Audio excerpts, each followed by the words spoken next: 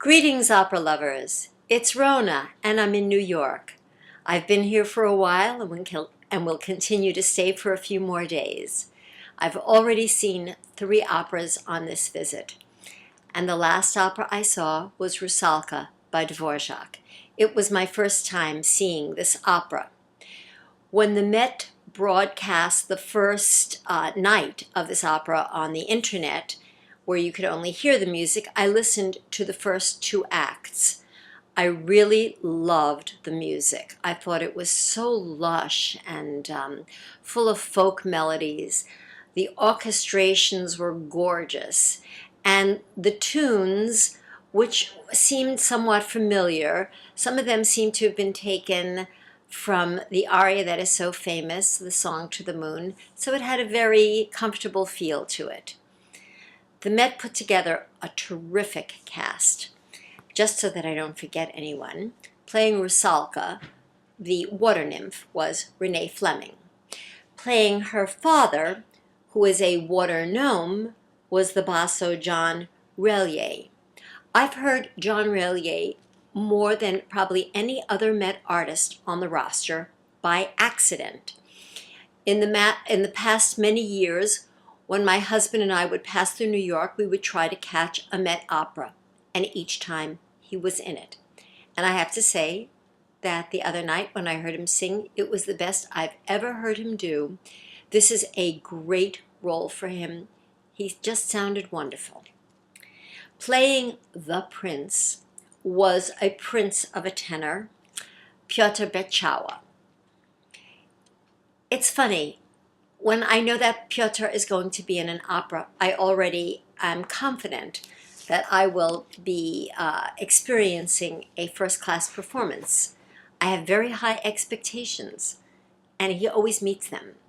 His voice is so beautiful and lyrical, and at the end of the opera he dies, as he dies in many operas, and he dies very sweetly and very mournfully, and he did a good job on that. Playing a role that I used to pronounce Jezibaba, which in the opera they say Yezibaba, was Dolores Zajic. She's one of my very favorite mezzos. I've heard her live at the Met many times in big Verdi operas. She has a big Verdi voice, and here she got to play what I would call more a character mezzo role, where she had to really show off some of her acting, which in some of the Verdi operas that I've seen her in, it's just get that voice out, fill the auditorium, and you don't have to do much else. But here she was just a wonderful witch. Playing the foreign princess, making her Met debut, was Emily McGee, a singer I have admired for a long time. I heard her several years ago in a broadcast, I believe it was from Salzburg, with Jonas Kaufmann, in Ariadne auf Naxos, and she has a wonderfully round and beautiful voice for those big kinds of roles. This role of the foreign princess has a lot of very high singing and a lot of drama to it. And I thought that Miss McGee did an excellent job conveying the fact that she wasn't the one we're rooting for, because we're rooting for Rusalka. And she wore some fantastic costumes as well. Her voice totally filled out the theater.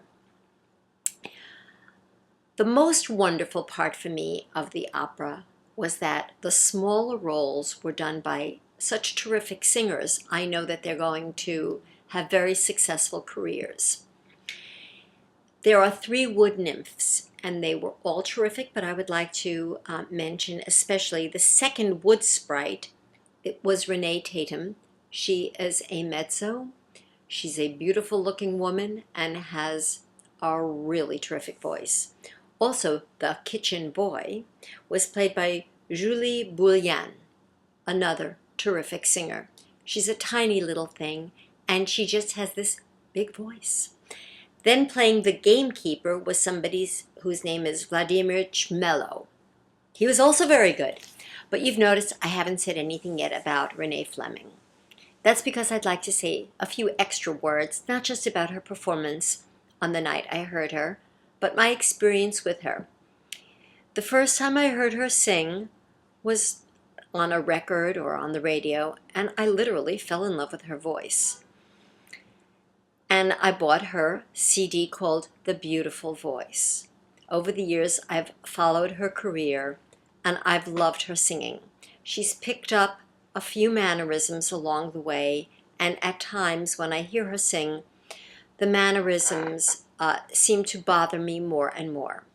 But in Rusalka, one of her signature roles, I really didn't hear much of it, if any.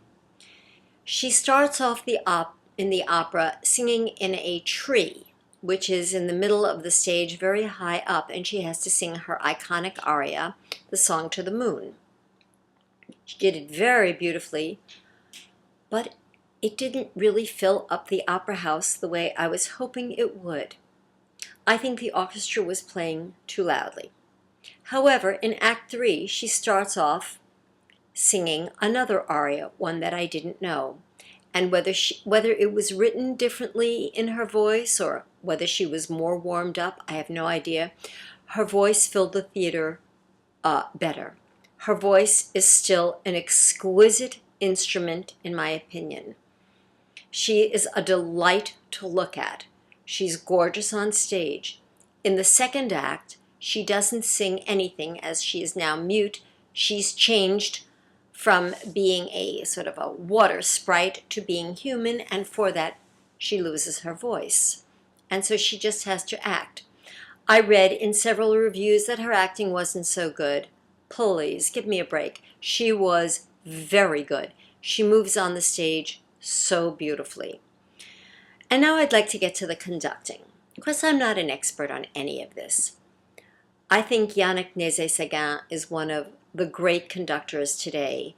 And as soon as his arms go up and down, it's already so together. You feel so much commitment from him. But I do think that the orchestra played too loud when the singers were singing. There are a lot of places where the orchestra plays by themselves, as in some of the dance sequences, none of the singers are singing, and then it was great to hear them in all their glory. There's one other comment I'd like to make about the opera. It's too long. The opera started at 7:30, which means that it starts at 7:37 Met time, and when I looked at my watch at the end, it was 11:25. For an opera that has as little story as it has, this is way too long. What happened to snip, snip, snip? Okay, but I loved the opera because I love going to the Met. I love the high quality of everything that I'm seeing. The sets were very beautiful, a little boring after a while, and dark. So there could have been some more interest in it. But overall, when you sit down, the curtains rise, you hear this kind of singing, you hear the orchestra playing. Life is great.